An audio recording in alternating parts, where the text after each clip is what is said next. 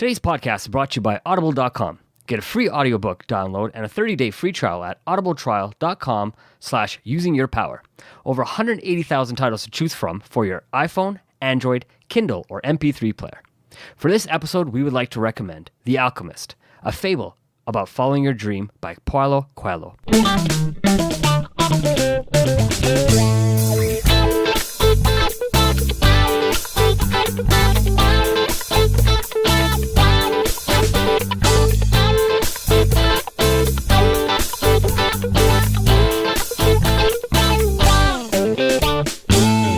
Welcome to Using Your Power. I'm David Wiebe, and joining me is Maveen, Kaura. Hey, Maveen, Kaura, how are you doing? I'm doing very good, David. How are you? Great, First time I thanks. think I've ever heard you use my full name. Yeah, maybe. I'm powered up, man. Are you? Looking Excellent. forward to this conversation. Yeah. Excellent. So, what's your day been like? You know, I've been working on a song. I've been working on a presentation that I'm going to be sharing on Sunday at the Question. Been working on a few posts for some other clients and things that I'm doing. So, yeah, it's been a fairly productive day. Nicely done. And maybe we can hear this song of yours. Potentially, our listeners can have an opportunity to maybe get a little sample someday when you're done. Sure, yeah, we could maybe link it up or send it out via email. Yeah, I think that'd be kind of neat. That'd be cool. Definitely. I've been trying to work on one single per year. Now I might be playing a bit of catch up. Like I'm kind of thinking about releasing 3 different versions of this same song potentially. So maybe it'll work out that way. I'm not sure yet. What is that, like an EP remix album you're Yeah, putting together almost. here? I see so much potential in people repurposing the material in the music industry. I think this is one of the things that independent artists don't do that a lot of professional musicians do, which is they repurpose their music. So they'll release live versions, acoustic versions. They'll do a commentary of it. They'll release an instrumental version, a karaoke version. And I see a lot of potential in that. Like that creates more of a presence for what you're doing. In this case, it would be a slight, probably reimagining of the same song. So like an acoustic version, an EDM version, and a rock version.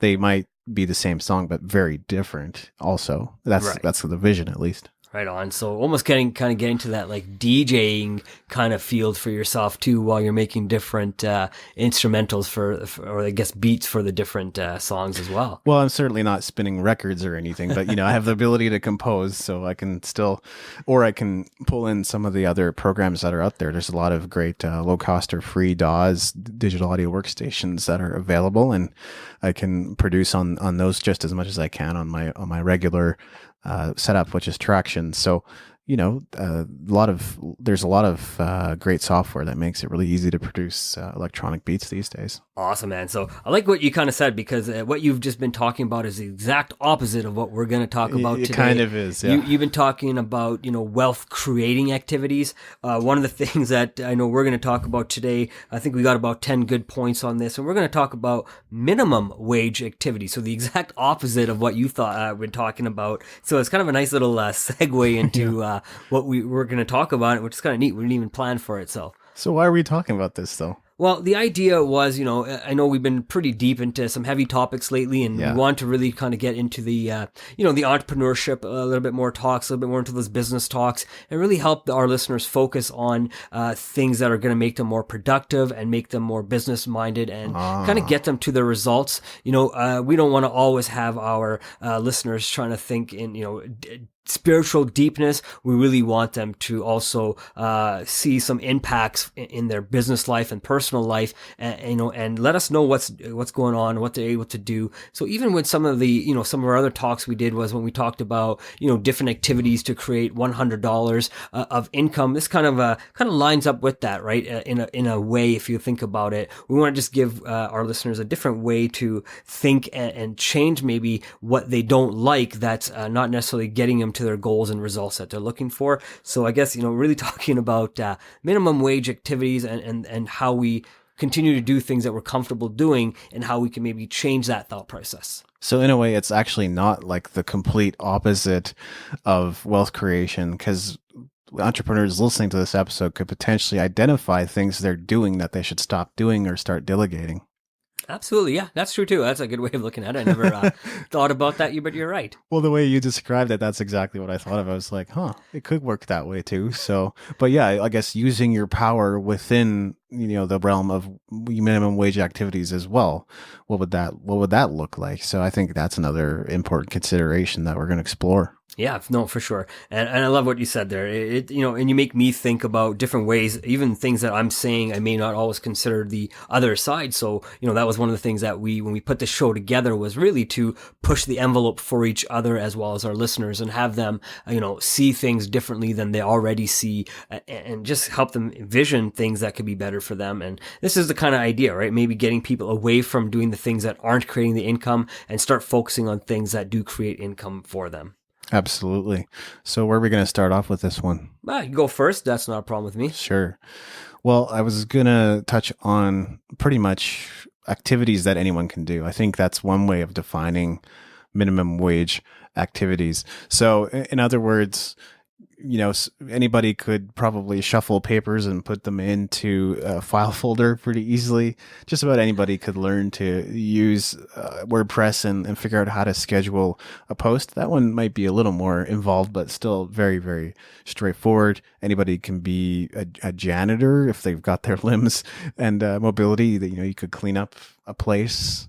There's a lot of things like that where pretty much anyone can do them, and that's why they're minimum wage jobs. If you really think about it, like the easier it is to do, the less you're going to be paid for it. The more difficult it is, generally, the more you'll be paid for it. So that's one way of thinking about the minimum wage activities. Right. And you're right.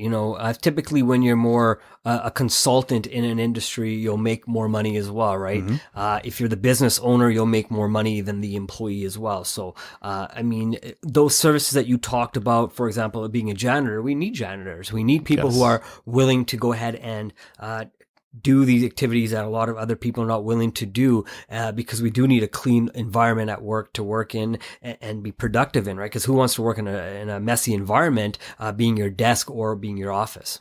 Yeah, exactly.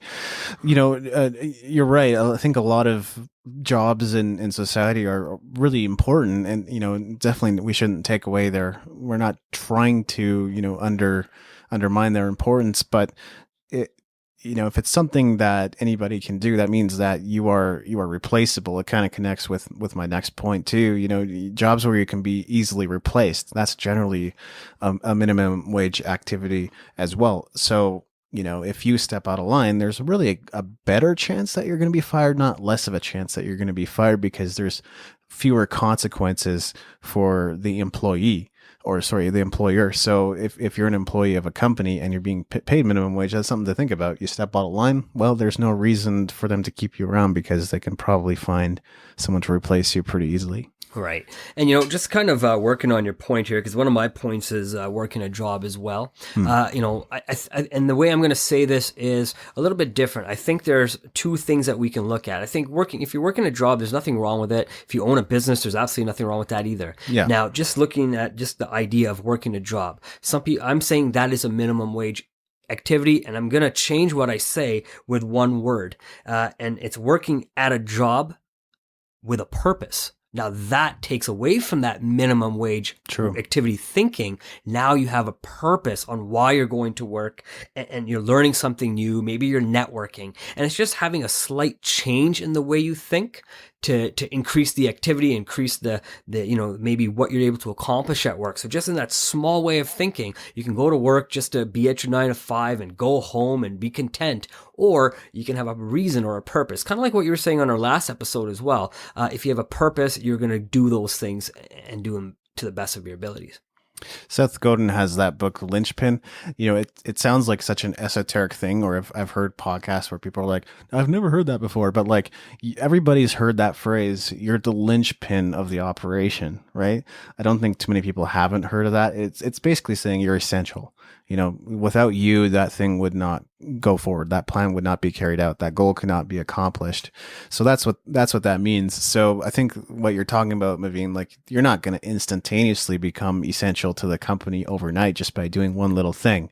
But one little thing compounded over time, year after year, will make you that kind of person that's more valuable. And now you will have more say. So, if before I was talking about people that could be easily replaced, you're going to become a person that's less easily replaced because you think your own thoughts, you have your own opinion, you're bringing value to the company in the ways that others are not. You're right. And as I wrote down my word, you actually just said, you said your own thoughts. And what I wrote down right now was the word mindset. You're right. It's going to take a while to develop that mindset to be the best employee that you can be at your job, right? And it's going to take time to develop that, but with a purpose behind it and not just saying, hey, I'm going to my 9 to 5. I'm content. I'm happy with what I'm doing. Once you develop that purpose, you develop the mindset to be the best employee that you can be and give back to the company that's giving you a chance and who's paying you these hundreds and thousands of dollars a year potentially to be the best employee. So, having a different frame of mind, having a reason to go in daily,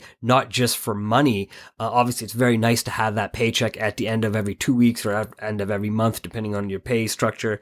But when you go in with a purpose, you really want to make what you do valuable for others around you as well. Make yourself valuable to the company. And if your company does let you go because you had a purpose, it's very easy for you to find another job or create another job for yourself, especially in this kind of environment where right now a lot of people say we're in a recession. And this is when you find people going and working for themselves. More people are out there inclined to, develop their own businesses right now because they see the purpose within themselves.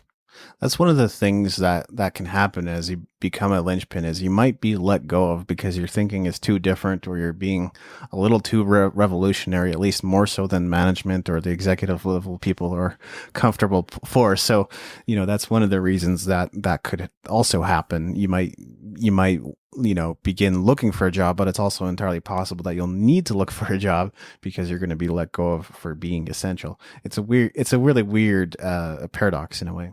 Right. And, it's interesting. I actually had never heard the term linchpin until I heard Seth Godin use that concept and that term and to kind of explain, to his listeners and his followers kind of what that meant to him and how that, what that meant to them as well, right? Because he's not just writing for himself; he's writing to have his readers and his readership really understand the concepts that he's explored and learned as well, right? So, I think the idea of being a linchpin and understanding that you're a valuable and important aspect of the business and part of the business, and a lot of times I know people say, and I've said this before too, and it's really negative thinking that I can be replaced, my job is replaceable. If you treat your job as just a job, you're right. Your job is replaceable. Anybody can do your job. We know that there's 1,000 people out there that can be the janitor. But like Michelangelo said, if you're going to, sweep the streets, then sweep the streets with passion. And if you're going to paint, then paint with passion, with a purpose. Now, here's something that's really interesting. Entrepreneurship, especially early on, can be a minimum wage activity. In fact, it can be less than minimum wage. This is why I don't advocate everybody go into it. I think that's what people think when I say there's so many alternative ways to make money, you can figure it out. I'm not saying get into business. I'm not saying start a business because business is long term. I took a big risk in like 2014 where I had probably no more than $500, $600, $700 coming in per month. And I could have chosen at that point to take a job. Instead, I decided to take a risk and a chance on myself and continue to build my business. So throughout that year, might have been a tough time, but it paid off long term. So it was worth doing. But I think that's the same experience many people will have is it'll be a minimum wage activity or perhaps even less when you're first getting your business set up because the opportunities are not just going to come overnight and instantaneously. Yeah, you said it very well. I fully agree with you on that. You have to look at what you can do versus what you want to do or what you're going to do, right? So you're right. When anytime you're setting up a business for yourself, especially as an entrepreneur, you really have to look at where you are. Maybe even consider the fact maybe you can set up a on the side business and have your full-time job, or maybe have a part-time job and set up your business on the side, right? I know for years now that's kind of what I've done. I've always had a full-time job, but in order for me to understand where I wanted to go with my business and business ideas, I took that time while I was at work to continue to learn and study and develop business plans and business ideas and concepts that I needed to learn. I went and studied those concepts while I was still at work, getting paid for a great job that I was doing for my employer. But, if it was during any slow time, I wouldn't, slack off. I'd actually go online quickly and start reading different articles that could help me be a better employee as well as a better entrepreneur in the future as well. And obviously that's helped you a lot. And it's also great that, you explore different resources than I explore. Like we do have a meeting spot as far as, you and I have both listened to Pat Flynn, for example. So there are podcasts like that where we've both listened to them, but you've listened to some stuff I haven't, and I've listened to some stuff you haven't, which is part of what makes our conversations so interesting too, is the difference in the input. Absolutely, right. And that's kind of the thing that we bring that's gonna expand our minds as well, right? So that's where we get away from that minimum wage thinking, even not just having activities, but we get away from that thinking because, I can bring different experiences and different thought processes to the table, and then you do the same thing through your learning and your experiences as well, right? And those are kind of the things that we bring. We have these conversations, and they're very open, and sometimes they can get heated, and sometimes they don't get heated, right? But in the end, we sometimes say, hey, you know what, you're right. Or, I never thought of it that way. Because one of the things that as we started this conversation, that's exactly what happened. I had said one thing, you agreed with it. And then you said, well, you just kind of proved my point. You just kind of already said what I just said. So, and I said, you know what, you're right. So that allowed me to say, hey, you know what, I grew from that experience, right? But I allowed myself to not be stuck in my own thought process always. And I said, you know what, if David's saying something, I'm going to listen to what he's saying. I'm going to see if it really makes sense. And if it does, I'm going to, grow from that, and which I just did. Definitely. And another way of, I think, very easily identifying like a minimum wage job, or at least in and around minimum wage, is jobs with a high turnover. Generally, if people are coming and going, it's because they can be replaced, and that the company's not going to suffer in a huge way for replacing those people. Or, the executive leaders are just kind of dumb and they don't know what they're doing, and they fire people left, right, and center without knowing the actual cost of that. Because turnover can be a very expensive thing in many businesses, trying to replace and train and get people back in. Like the onboarding process can be very costly, but a very easy way generally to find a minimum wage job is to find one where people are coming and going in and out of the job, and the boss doesn't really think that there's any major consequences to that happening. I was in a job like that. I was at a laptop outlet retailer, and I was in sales, but I mean, there was no incentive really for me selling anything or doing anything, because my paycheck was pretty much going to be exactly the same. Only difference was how much time I spent at the store. So that's kind of having been there, it's kind of a sad state of affairs, at least for me. Maybe for others, it could be a stopgap for income. If you don't have income coming in, it's really not a bad thing to quote unquote sell out to a minimum wage job for a time or a season if you really need that income to survive and to live. But yeah, it wasn't a pleasant experience for me. I was just like, well, I can't spend forever here, and plus I get paid more over here, so why am I spending so much time here? Right. And, I'm going to maybe challenge your thinking as well, and maybe some of our listeners' thinking as well. So if you consider the idea, even if you made $100,000 a year, that can be considered to certain people as a minimum wage job or minimum wage activity that they're doing. And for example, in sales, we hear that there's an opportunity to make as much money as you want to, right? So there's two types of sales. You can do salary sales, or you can be a commission sales agent, right? And I'm just going to give you an example of myself. And when I chose to work in the home industry here in Calgary, I had a choice to go salary or go commission, and I really weighed my options, and I chose commissions.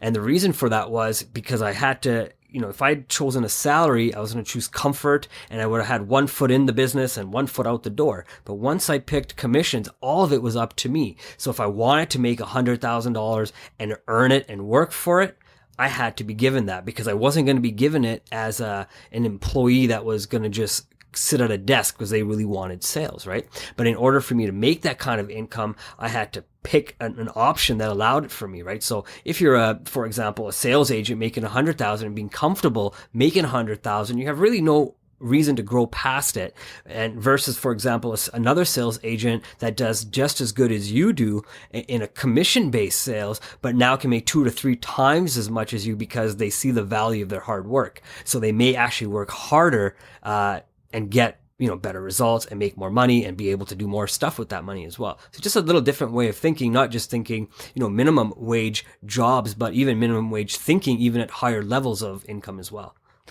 Yeah, I don't think anything that I said is necessarily in direct conflict with that. But the important point that you raise there is perhaps just that people perceive minimum wage as different things. So even though, we have a government perhaps regulated minimum wage, I don't know what it is in Canada anymore, $10, $11. I think they're trying to get it up to $15, or at least the NDP is. But you're right. I think maybe whatever is in your mind, whatever number that's in your head or you believe you're worthy of, is what's minimum wage for a lot of people, because a lot of people have trouble moving past that. Right. No, you're right. Any other, I guess, thoughts on what we're talking about right now before we switch topics? Well, one other thing about like turnover, it's not always a minimum wage. It could also be a job that people just really don't like doing all that much, whether it's like cleaning up puke or, something to do with septic tanks and that stuff like that. Might not be a very pleasant job. That might also be, why there's a high turnover, but it could actually pay more in some cases. Well, true. And you make me think about people who work on farms as well, right? I mean, there's a lot of jobs on farms that a lot of people don't want to do, such as putting your hands in places that you have to put them inside animals. But these are things that need to be done and that people are willing to do. And some people might say, well, I'd never do that. You couldn't pay me enough money. But that's just all in thought process, right? So I think minimum wage activities can be, a thought process problem, not just a doing the work type problem as well. So just kind of a different way of thinking and looking at it as well. And having done so much behind the scenes work too, like I think it's needed and it's valuable, but it's not always acknowledged. I've often found with some of the projects I'm doing, it's really the people's faces that have their faces on the poster. Those are the people that first hear about the thanks for putting on the event and so on and so forth. But, myself, I might have helped put out chairs. I might have helped set up. I might have, done a lot of the work to make people feel comfortable once they arrive. So that work is no less valid just because it's not acknowledged. Very well said. No, great point. So one of the things I wanted to bring up was maybe some examples as well. That's kind of the way I took this topic and really thought of examples where we can get our listeners to say, if you're the type of person right now that's excelling and wants to just listen to this information so you can continue to excel, hey, absolutely. I want to use some of my examples to speak to the people that said, hey, you know what? I'm not where I want to be right now, but I want to learn how I can get there. So that's kind of a little bit of how I approach this topic as well. So one of the things I thought of was, instead of watching TV 3 to 6 hours a day after work, maybe investing time in for example, reading a book or listening to an audio CD that can, that's in your business field or you're part of your sector, listening to the business news, which is not a bad thing, especially if you're in business, but maybe focusing on the right kind of information to help you move forward, right? So, watching TV, I thought was, for 3 to 6 hours a day is a minimum wage activity, where watching TV or listening to audio or reading books that can impact your career is not a minimum wage activity. Well, and that's just like when I was working at that laptop outlet, I was still studying computers. There was no really incentive in that, but I figured I would grow myself. So I was like, okay, well, I'm basically in sales and in laptops. So let's learn about technology and sales. And then I can kind of continue to better myself as I'm working in that job. So again, no added extra incentives for doing that, but I felt it was something I could do myself to grow. And also I already had a pretty solid base of understanding of technology. Right. And I like that because you went out there and said, I'm going to continue to learn something that's going to make me better in my field. I'm at work. Yeah. Why not learn? And learning doesn't necessarily mean reading. It also means maybe connecting to people from your field, right? And maybe going out for a coffee with somebody that's successful in what you want to do and become, right? So taking out a buddy of yours and say, hey man, I know you're really good at sales. Can you teach me? I want to ask you some questions and make myself better in that as well. Or, if you want to be the best employee, like we were talking about before, right? And just work with a purpose, maybe find somebody at work who has a purpose and find ways to, you don't want to be that person, but find ways to be your own unique person, but using some of the principles that they use in their life and day-to-day activity. And the boss certainly wasn't going to take any extra steps to train us or send us to a conference or events or anything like that in this case. And I guess that's probably true in a lot of jobs, but certainly in this one. So, it was either take matters into my own hand or not grow at all. Right. And it's funny, I can hear the dogs upstairs right now. Yeah, so maybe you can hear it too. Yeah, so we'll see if it makes the outtakes here or the intakes. We'll see what happens. Now, the nice thing too is the other thing I was thinking about was one of the things I notice a lot of people do that's minimum wage thinking or minimum wage activities is going out and buying products and services because they want to have it versus buying products and services they need to have. What are your thoughts? True, because a lot of things can sort of be lumped in as a luxury category. I don't necessarily think of things that way. I like long-term thinking when it comes to that kind of stuff, but certainly in teaching guitar, well, you might have less students or less clients while the economy's kind of in a downturn because people consider this a luxury rather than a necessity, or at least some people do.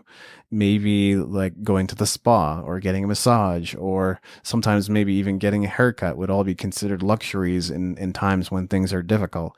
In the same breath, there's a lot of people that will still go out and get their Starbucks every single day, despite not saying that's good or bad. Starbucks is a company that their vision statement says we foster the human spirit or inspire the human spirit. So, there's something for that. Maybe you do feel good every time you walk into Starbucks and it just helps you get through your day, whatever that day looks like, and you're having a really tough day. But, we have to think smartly about money when it comes to essentials and non-essentials services.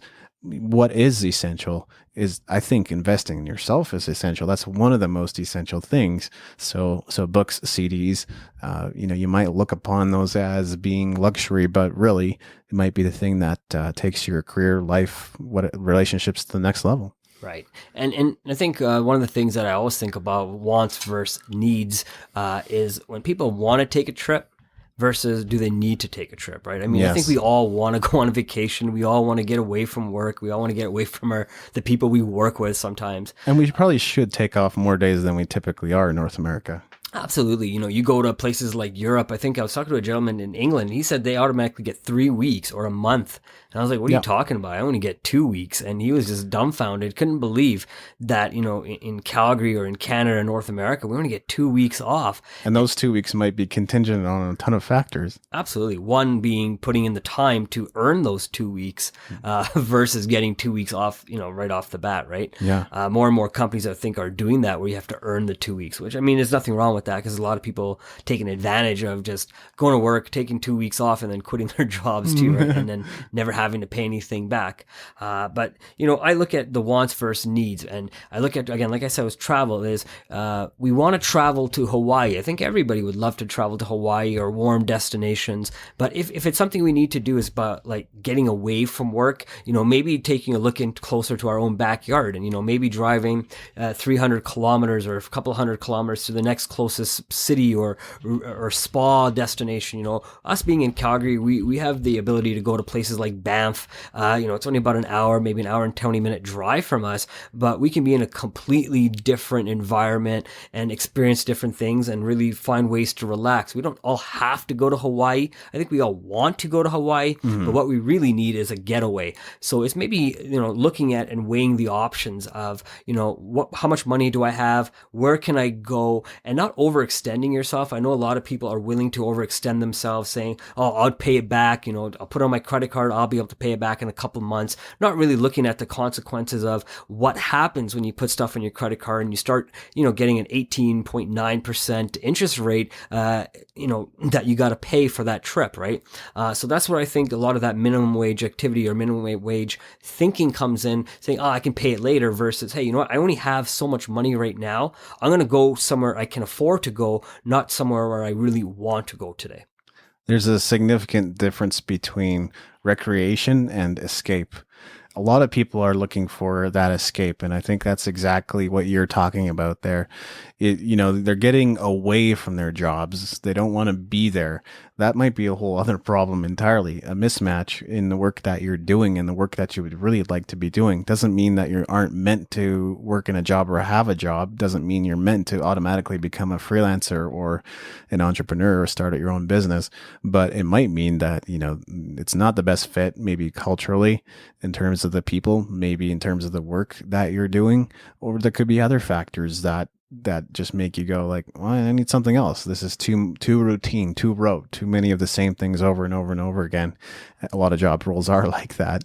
Maybe it's time for something a little bit different. So I think we all feel like we need that escape every once in a while, but yeah, if that's what you're feeling, then maybe examine and go a little bit deeper into what those reasons are versus recreation, which they obviously look upon in Europe as being essential to someone's longevity in a job. They'd rather keep the people that are in their jobs. They're good workers. So, you know, taking a few weeks off to go to the beach, you know, get some sun and start to feel better so they can perform better at their jobs while they're at their jobs is something they look at. So investing in self. And I think it's just like I said, it's a high priority activity, investing in self, whether it's rest or working out or studying. Right. And I think, you know, it is about investing in yourself and just finding ways to invest better in yourself too, right? I mean, we'd all love to go to warm countries, but sometimes, you know, like I said, getting away to a small, you know, resort that's maybe an hour away versus 5-6 hour flight away. Sure. You know, it's still investing in yourself. It's still investing in your mindset. It's still investing in relaxation. There's different ways to do it, right? And again, sometimes it is nicer to go places like Hawaii or Dominican Republic or, you know, flying somewhere south to Florida or whatnot. You know, being in that sun and being in the sun and shopping and getting into Disneyland or Disney World and, you know, and being a kid again. And there's a place for that. And sometimes we really do need that, but it has to be, in my opinion, the right timing for yourself, and the right, you know, the finances have to make sense. For me, you know, I used to work at a bank for 6 years, and I've seen people overextend themselves and do the things they want to do versus the things they need to, you know, they need to do. So I think there's something really to be thought of. And I do want to get your opinion on this. This is going just a little bit deeper into the hole a little bit. What do you think about people taking trips on points or people collecting points to take trips to go certain places? I know, you know, we have credit cards these days or air miles here in Canada. I'm not sure if they're in the US or not, you know, but we have air miles here where you can go shopping and you can buy stuff and you collect points and then travel on those points. What are your thoughts on that? Well, you know, if it's something that you can do pretty automatically and by default, you know, by all means, collect those points. Certainly don't overextend yourself on a credit card or something like that just so you can get all those points. I don't really believe in that. And I believe in having as little debt as possible. Doesn't mean you won't have some debt, but little is better for sure. Especially if you're in your business, you're probably going to have some debt. That's just the way things work at times.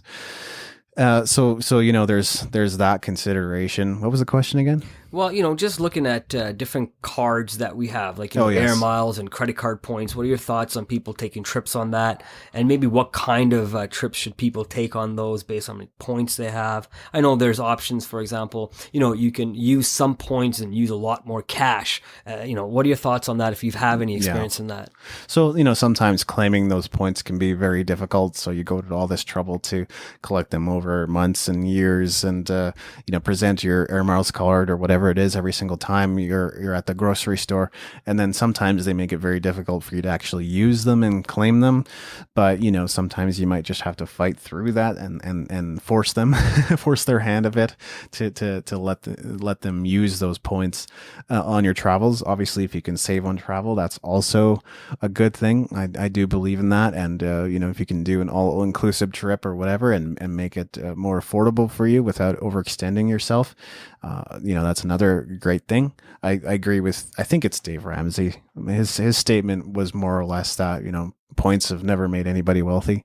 And I couldn't agree more. Perfect. That's kind of what I wanted to ask you. That was actually my next follow-up question to what you're saying, David. I don't think I've ever heard a rich person or an entrepreneur say they've taken trips on credit card points. Yeah. They've saved and shopped in certain places. I think they've just lived their life organically. So, some people would fight me on this point and fight you on this point saying, collecting points and working with the system and maybe paying some money for, having a certain type of card is really a minimum wage thinking to get what you want. What are your thoughts on that as well? So I've only heard like one contrary opinion in the entrepreneurial space. So I will kind of do my best to present that. Basically, their point was, by hacking, getting more points, because there are various ways of doing that, whether it's like consolidating your debt or moving your debt over to another credit card versus another one, or other ways of getting more points, without violating the terms of service or anything like that. And you can get a lot of free stuff that way. Okay. I think that is a fair point. And maybe you could get more trips, or maybe you could get first class service, or a little more food, or maybe, people promote iPads for everything. Free iPads. Come and get our free iPads. Like, I think if you spent a few weeks online just entering those contests, you could probably get yourself a free iPad pretty easily. Maybe I'm wrong, but that was a thing for a while, right? It's not, maybe less of a thing now. So I agree. In general, why waste so much time and effort and energy thinking about points when you could really just be thinking about what's my next product? What's the next service I could introduce that's going to bring in thousands of dollars versus a few points that's going to get me, a couple of miles in the air. Right. And that's kind of why I wanted to ask you, right? Because I know there's two ways of thinking about it. I've had cards where I do get points, and I've had cards where I've used the points and taken, trips on them, and I've taken great trips on them. But I really just wanted to get your experience as an independent entrepreneur as well. And someone who's been kind of working in a space where, it's not necessarily the easiest space when especially working in music, but it's also finding ways to get ahead of the curve and still be able to do the things you want to do versus the things you need to do, right, all the time. So I just really want to get your opinion on it. And I know our listeners probably, might be one way or the other, right? A lot of our listeners will have credit cards that have points on it and they collect them. And some people say, I don't even care about the points. I don't want to pay an extra fee to collect these points. Because again, a lot of times these are fee-based cards as well, right? So spending money to attain something, is that really the best way to get points, right? No. Typically, I would say no too, because you're buying the points realistically, or you're paying an interest or a premium to buy points to be able to take a trip as well, right? But there's two levels of thought on that as well.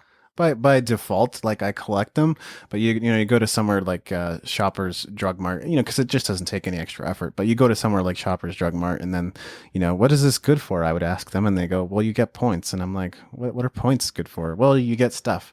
What stuff? It's so non-specific that I could really care less.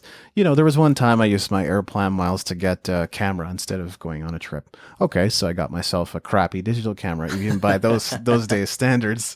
So there's stuff you can get, and I think they'd almost rather you use it on stuff rather than on flights, because flights are more expensive, and stuff is that's where all the money is made, because it's it doesn't really cost them anything to get it in, probably, or they have partnerships with other companies that allow them to promote those specific products. So if you have points, maybe try using them on travel instead of stuff, because you're not really getting anything good usually.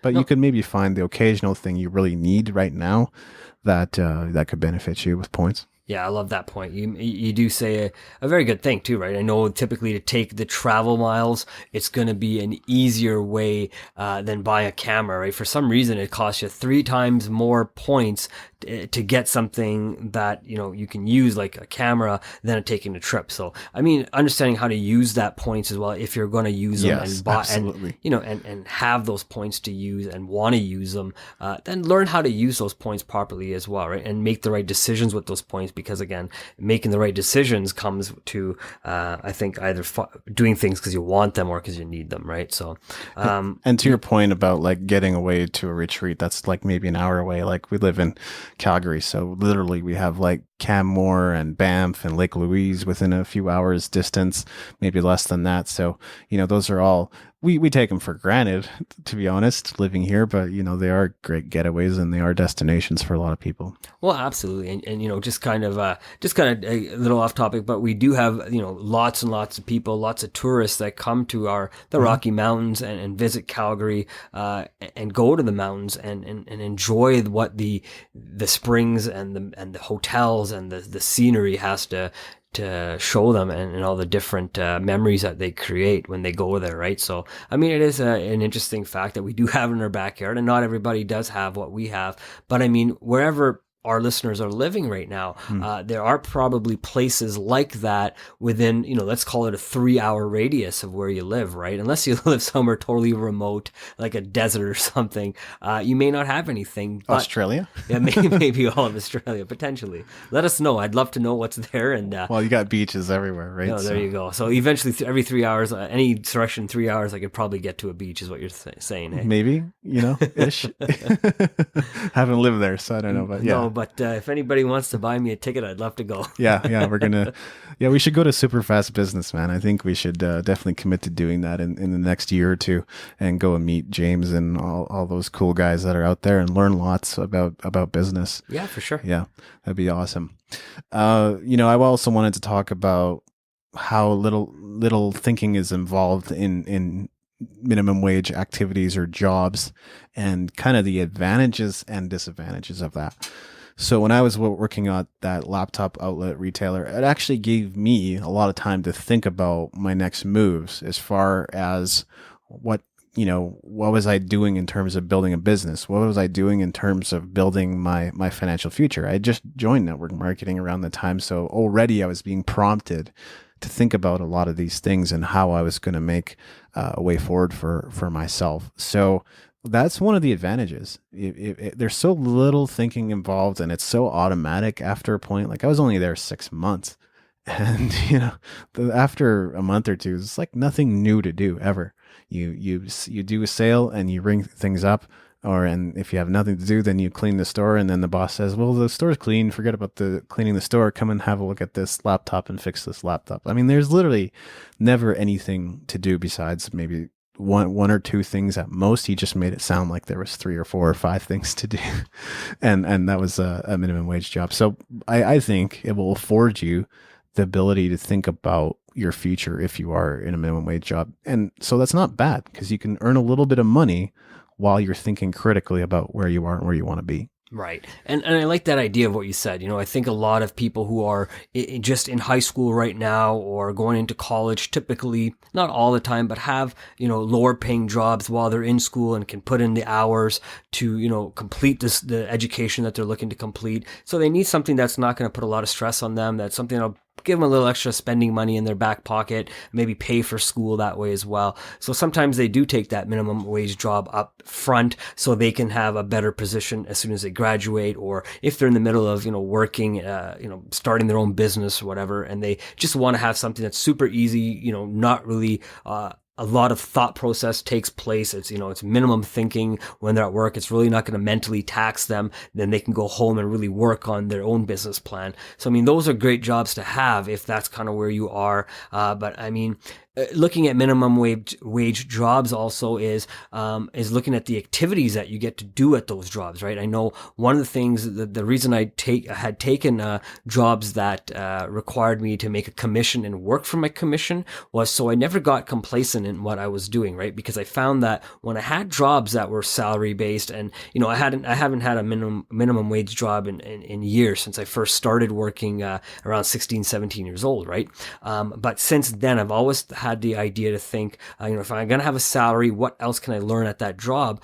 Because you're right. Once you get to know your job, it really is super easy. Even working at a bank, it was really easy. People came in, they gave me money. People came in, they wanted money, right? It was always trying to find ways to maybe talk to them, or, I noticed if they had lots and lots of money in the bank account, try to find ways for them to invest, or talk to one of our investors that we had at the banks, or see what they were planning to do with the money. But I was always trying to keep my mind thinking in different ways, because that was the only way I was going to continue to learn, right? So, I mean, it's also taking that time to figure out what your next steps are. I think you're 100% right. And that's what I did, right? I really wanted to learn how the banking system worked and how it could apply to me. So when I left the bank, 6 years later, how could I apply all that information I had learned into my own life? Yeah, and it really wasn't that bad. Like, I was there again 6 months, so like I still had lots of energy left after leaving. I felt good because I'd been thinking about my future and envisioning my future, thinking positive thoughts, making a plan for what was ahead. So like it was a positive experience. What was negative about it was just the fact that it was so routine, and it wasn't ever going to be the best use of my time, abilities, knowledge, and everything else. And another major, disadvantage of how little thinking is involved is exactly what you said, Maveen, which is complacency. You could totally become complacent in the fact that you don't have to think about your job. You could do it with your brain tied behind your back, and your brain be tied behind your back. No, it cannot. Not literally, it cannot. So, but if you find yourself in that situation, you might just become fairly comfortable with that, and next thing you're not even thinking about your future. You're not making any plans. You're not thinking about your next job, and then you're fired from that job because you're not thinking. You're not thinking about what the right move is next. So that would be a major disadvantage of not being, so little thinking involved in a job like that. Right. And, just to give you the same kind of contrary to what I was saying about the bank, I've worked at jobs where, I was an underwriter for almost about a year and a half, I think. And, I was able to complete my daily task in about 4 hours. I could complete 8 hours worth of work on a daily basis, right? So yes. It wasn't really a challenging job. So I'd always go to my manager and look for new activities or new projects I can always take. And, I was always trying to challenge myself and grow, because I knew if I wanted to continue to grow in that field, I had to be able to get out of my comfort zone, ask for more work, look for ways to get better and better. And if I didn't, I could definitely sit at my desk for, 4 hours a day and, play video games on my phone, I guess. But really, what was that going to do for my future, right? And that's kind of the thought process I had. And, I know a lot of people right now that are listening to this show saying, what, I go onto Facebook, and there's nothing wrong with going onto Facebook and seeing what's going on. But if you're going on that social media more than one time or 2 times a day at work, you probably could be doing something else. You're just being a little complacent and not really wanting to do it. Maybe you're just trying to spread out the work so it looks like you're busy, right? But I think people who are entrepreneurial, have a business kind of sense, even if they don't own that job, will continue to want to do a better job than they're already doing, because they understand that, if they get let go from this job, they're going to take all the things that they've learned and take it to their next position, and even be able to get a better position when they go to a different company, and not just get the same position, making the same kind of money. They can really learn and improve their, status, I guess, in life, if they were to move. It's another thing I remember about my job over at the laptop computer place. I would sometimes be on the computer, and my boss would sometimes catch me, but like really there was nobody around. There's nothing to do a lot of the time, very few customers walking in, and the only way we'd sell anything was primarily on walk-ins or repairs, which was probably the main source of income for that business. He would caution me and say, don't do that. You're don't play games. I was never once playing games on the computer. Can you think of what I was doing, Maveen? Probably researching ways to get out of there. Yeah. I was like blogging, I was planning, I was thinking about my future, I was looking at websites. I was, just got entered the network marketing organization. I was researching what that was going to mean and what the product was like, and thinking about how I could sell it and all that kind of stuff. So yeah, there was not a moment spent on games. And even if there was, like, why would I want to play solitaire for the 1,000th time? No. And, one thing I do like that your boss said to you was, your boss, regardless of him knowing what you were or were not doing on the computer, I think his mindset was in the right place. Yeah. He's giving you great advice. Hey, don't just sit on the computer and play games. What I think your boss is really trying to say, maybe not in those words, was really trying to say, hey, you know what? If you need something to do, you want to learn more, come talk to me. I can teach you stuff that, standing at the front counter will not teach you. I think the principles behind it were great, but he probably just didn't give you that kind of message. And nor did you, I think, at that time and where you were in life, care about what your boss was able to teach you, because I think you'd already had started moving forward in thought process and wanting to do something bigger than working at a computer depot for the rest of your life. Knowing him, he definitely did not mean that, and he would not have taught me anything. Okay. Yeah. But no, I try to give him some credit. I appreciate your optimism. Yeah, I try to see it half full as much as I can. No, that's great. Let's leave it at that. Yeah, he was really trying to teach me something, and he was trying to get me to come to him to ask questions. Yeah, we'll go with that. Too funny. So one of the things that I also wrote down for, now this might be a little bit different again, depending on where you are as a business owner, or if you're an entrepreneur, if you're how much money you have too. This example here is going to really depend on where you are statically in life. I don't know if that's an actual word, but where statically? You are statically. So yes, that's where your word. Status is in life. Oh, well, not to mean that. Statically. No, that means a different thing. Yeah, exactly. Status-wise. Status-wise, yes. So one of the things I thought about was, if you're an employee of a company versus if you are an owner of the company, you may do something a little different. So if you're an employee of a company, a minimum wage activity may be eating out every single day. Sure. Versus packing a lunch and taking that to work. I know I've worked in many corporations and in many corporate world for the last probably about 10, 15 years. I definitely have seen it more and more. I think I was in the corporate world for almost 20 years altogether here from the age of 18. And I've seen many, many people come to work every single day and buy lunch, buy coffees, 2 or 3 a day. And I started, mentally calculating how much money these, great people that I work with were spending. And I started noticing they're spending, $2, $3 on 1 cup of coffee, times that by 2 a day, plus add, the lunch that they were spending. And lunch is probably somewhere in that $10 to $12 range a day. So I started doing calculations. I said, well, okay, let's give them a benefit of the doubt. They're spending about $15 a day on food. And some people, about $20 a day. But somewhere in that range. And I multiply that by 5 days. And then I multiply that by 4 weeks in a month. And I noticed that these guys are spending $200, $300, $400, $500 in some instances a month, and then would complain, oh man, I don't have enough money to go do these certain things, and I wish the company would pay me more, or whatever, right? And absolutely, if you do the good job, your company should pay you more, but you should also be the steward of your own money, and that's something I do believe, and really make good decisions with your own money. So even if they had implemented packing a lunch 1 day a week, that 1 day a week times that by a month would save them $60, $70, maybe $100. So just, even small changes, they would see huge impacts. Money definitely requires long-term thinking.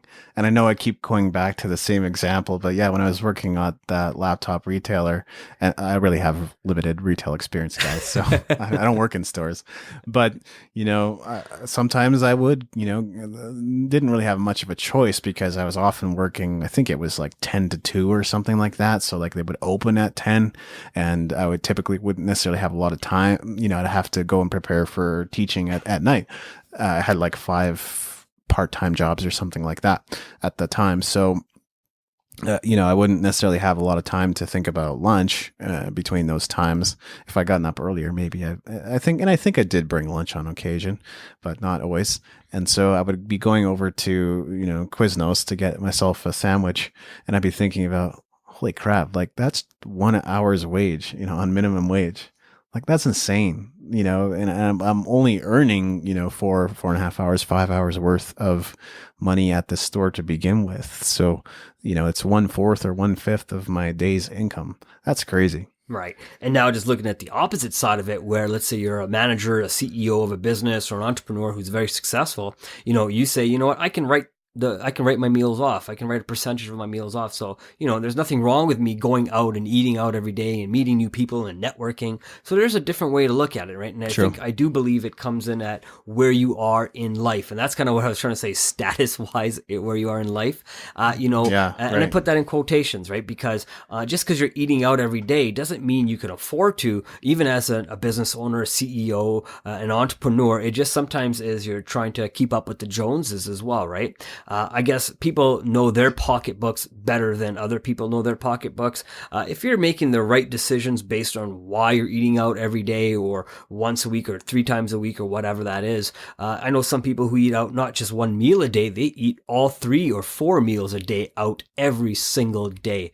And they think, and they wonder why they can't afford to pay their rent at the end of the month, or why their credit card bills are so high and they're getting just, beat up on interest rates and whatnot. But it's just the way they're thinking and maybe been programmed to eat out a lot. I mean, a totally different conversation, but we bombarded by commercials that say, hey, go try this new burger or try these new fries and try this new meal that we put together at our favorite restaurant. And we want to, because hey, we enjoy these places that we go to, and there's a new frappuccino out that we want to go to Starbucks and try around Halloween all the time, right?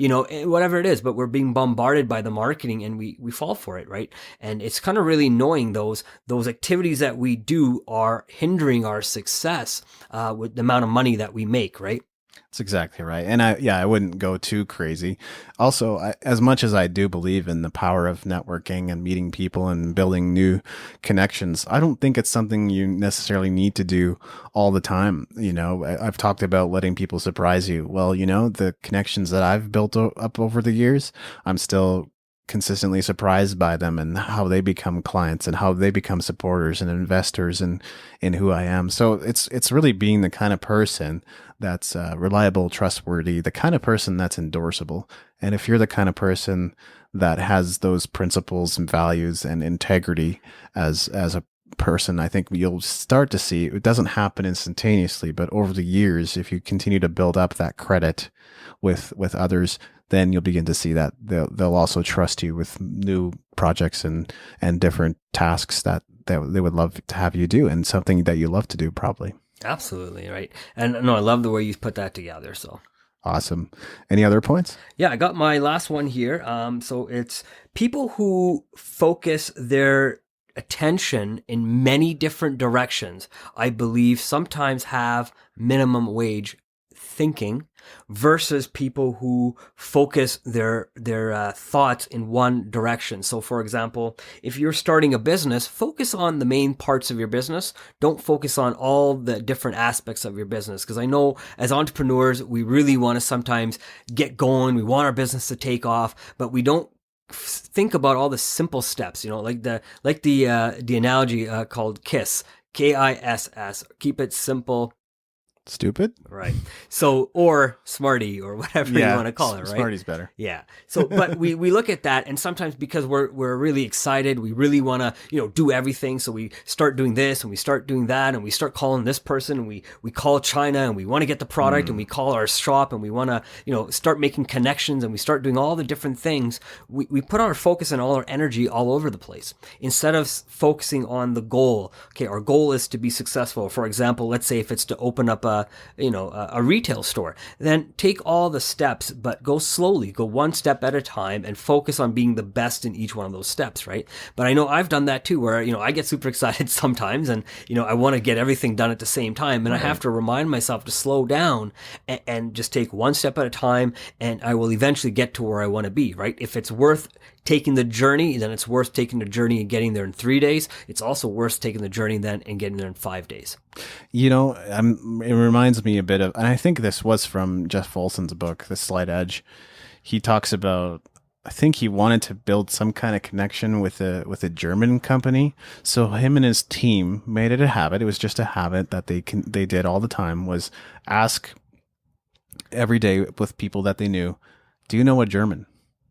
That's what they did, and eventually they were able to build up this business deal. But it started there, and it's such a simple thought when you think about it. Like, how could a multi-million-dollar, I don't remember the exact details, but how could a deal like that come together just by asking a simple question to everybody you meet and everybody you know every single day?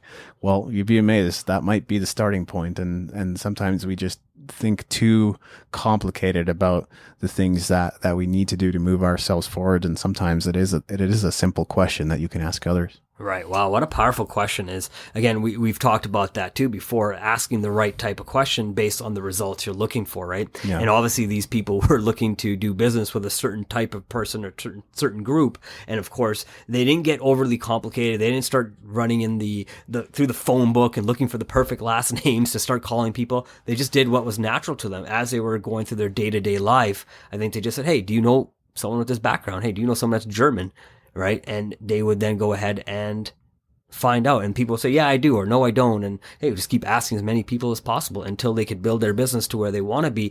Also, the cool part was they're building their business based on people that they trusted as well. Maybe even if they were networking, you know, they're building that trust and able to find ways to ask these great questions and building those relationships and keeping them strong. So even when they were finding the people they were looking to do business with, they can also keep their other, you know, relationships nice and strong as well.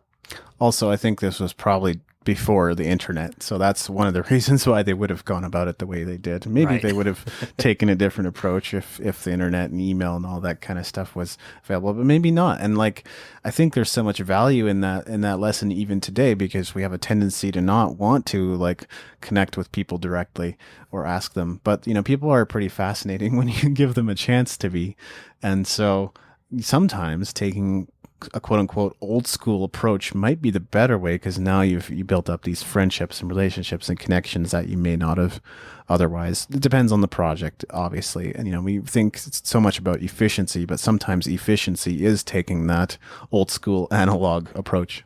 No, you're right. And I know some of the conversations we've had, and a lot of conversations I've heard on different podcasts as well, is, you know, if, for example, social media, you know, now that we're in a social media age where we have so many different options, from Snapchat to Instagram to Facebook to Twitter and all the other ones, right? It's, you know, we tend to have a focus for about a few seconds on each social media. None of us really spend the time to really understand how we can be great at the one or two social medias that we choose to do business in, right? So, but a lot of times right now we're bombarded with so many different ones, and we want to be really good at all of them. So our attention is all over the place. We don't necessarily try, but if we actually focused a few minutes, and, you know, I hear a lot of different stories. Some people say Facebook is better. Some people say Twitter is better. It really depends on, I think, the industry you're in and where your group of people that you're looking to do business with are interacting. LinkedIn can be better. It really just depends on what type of business you have, but get good at where you are, right? And focus on those little things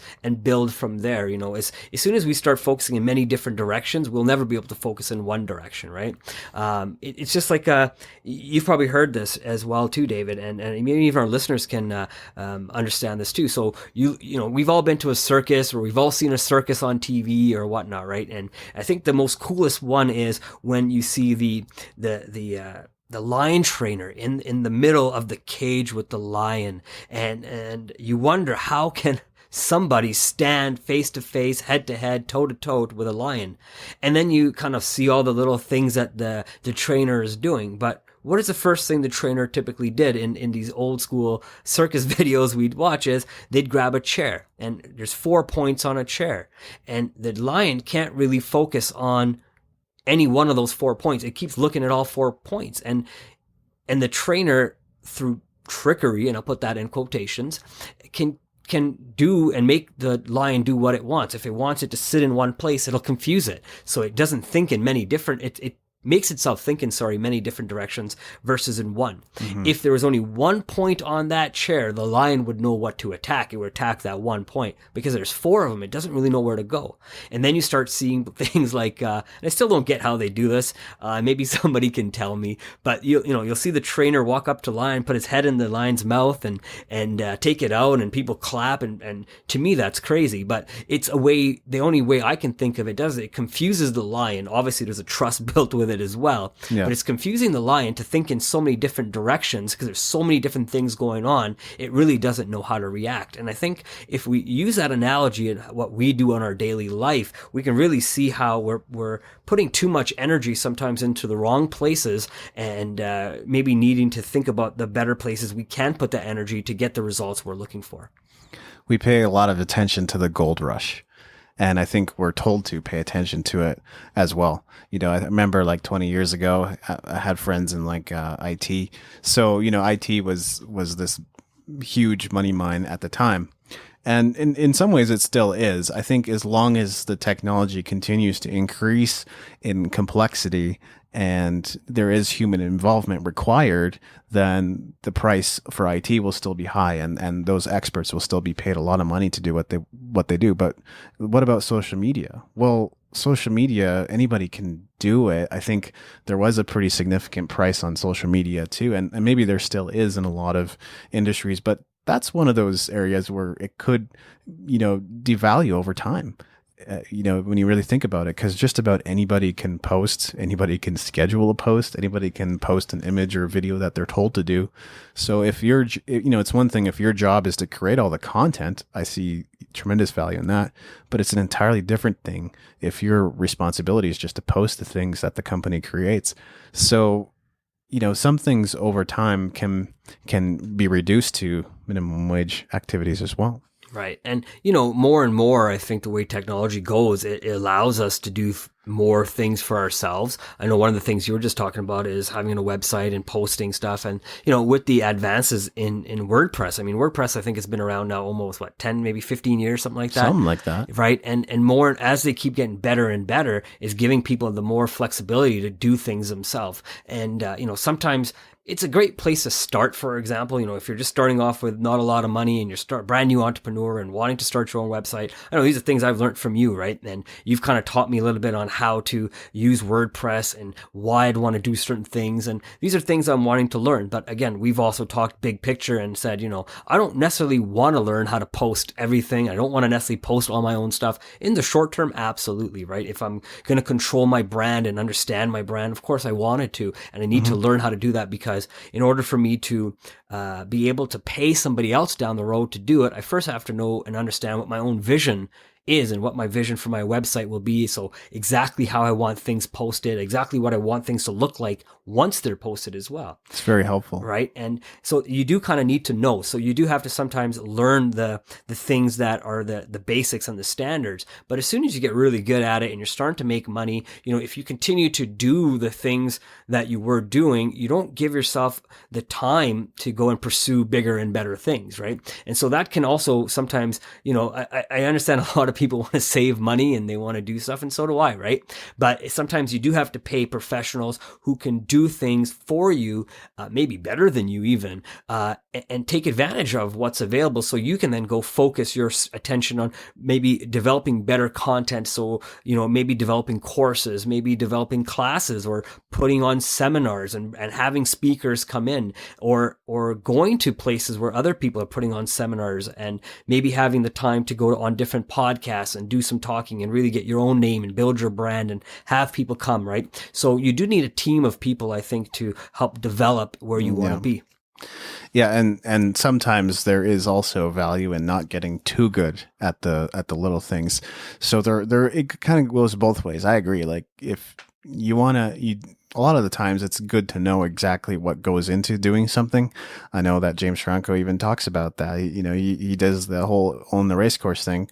Well, it's a huge amount of human effort, and he did it himself at one point, and then he was able to delegate it. But that is like a pretty important piece of his business, is the content thing that he has going on. But yeah, I think the opposite lesson can also be true, in the sense of not becoming too good at the little things, because you could end up doing those little things the rest of your life. Right. And I think that's where people get stuck sometimes, right? They figure they got really good at it. They can also get comfortable in doing the little things really well, right? Because sometimes we build our identity on those little things that we get really, really good at doing. And we think that no one else can do it better than us. And we kind of stop ourselves from growing and achieving the levels that we've really gone out to achieve, right? And I think that really has to do with our mindset, our thought process, and understanding and where we're going as well. Yeah, exactly. What else? Is there anything else? No, you know what? I'm good. I got all my points across. Have you gotten your points across? Absolutely, I have. Awesome, man. So I guess we could do a summary and on kind of what we thought about maybe some of the most important points, maybe some of the things we should have our listeners take away. Well, I think, we assume that a lot of you want to take things to the next level. So being, first of all, just aware of the various activities that would maybe require no more than minimum wage, and at times maybe even less, depending on the outsourcer or the freelancer that's handling the job. Because if you become aware of that, you can begin to maybe delegate it, maybe automate it. And if it's not necessary in your life and you're just kind of stubbornly insisting on it, then eliminate it completely and get rid of it, so it's not on your to-do list. You have a finite amount of time and energy and willpower every single day, and we have to be on guard for that, and we have to look after ourselves and take care of our time and make sure that we're not spending it where it's not really going to bear fruit. And I'm speaking to myself as much as anybody else when I say that, but there's only so much you can do with one person. You're going to want to build a team around you over time. So systematize, automate, eliminate, or just figure out an alternative. And maybe if it's essential, then keep it and keep doing it and make it a part of your habits and routine until you can delegate it. Right on. Not only were you speaking to yourself, you really do speak to me, right? Because I know a lot of things you say, I listen to, I take to heart, and I really try to process those things. I don't necessarily agree with everything you say, and nor do you agree with everything I say. But a lot of what you just said right now, I totally agree with you. And we should look for ways, I believe, to get better at what we do and be the best at what we want to do, right? I know not everybody listening to this show thinks they should be better or, thinks they want to be better. And that's fine as well, right? I mean, a lot of people are going to be happy where they are, and they may only take a small parts of this show and say, that's the only thing that's applicable. Maybe, I will start taking a lunch once a week instead of eating out every single day. And even something small like that I think if people take even a small point like that, they'll be able to see huge differences in a year. How much money could you save at $20 one day a week? At the end of the year, you almost got $1,000.